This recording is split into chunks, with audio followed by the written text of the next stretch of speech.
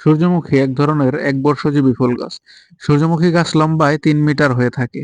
ফুলের ব্যাস প্রায় ১২ ইঞ্চি হয়। এই ফুল দেখতে কিছুটা সূর্যের মতো এবং সূর্যের দিকে মুখ করে থাকে বলে এর এরূপ নামকরণ। সূর্যমুখীর বীজ হাঁস মুরগি এবং পাখির খাদ্যরূপে ও তেলের উৎস হিসেবে ব্যবহৃত হয়।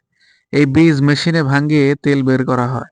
পৃথিবীর বিভিন্ন দেশে সূর্যমুখীর ব্যাপক চাষ হয়ে থাকে। বর্তমানে আমাদের দেশের রাজশাহী, যশোর, খুলনা, কুষ্টিয়া, নাটোর, পাবনা, দিনাজপুর, গাজীপুর, টাঙ্গাইল প্রভৃতি জেলায় এর ব্যাপক চাষ হচ্ছে। সূর্যমুখীর তেল ঘিয়ের বিকল্প হিসেবে ব্যবহৃত হয়। সূর্যমুখীর তেল হৃদরোগীদের জন্য বেশ কার্যকর। এতে কোলেস্টেরলের মাত্রা অত্যন্ত কম। এছাড়া এতে ভিটামিন ডি ও ই রয়েছে। সূর্যমুখীর বাণিজ্যিক চাহিদা ও ঔষধি গুণের পাশাপাশি এর রয়েছে সৌন্দর্য ক্ষমতা। মাঠে বাণিজ্যিক চাহিদা পূরণের সাথে সাথে বাগানের সৌন্দর্য অনেক গুণ বাড়িয়ে দেয়।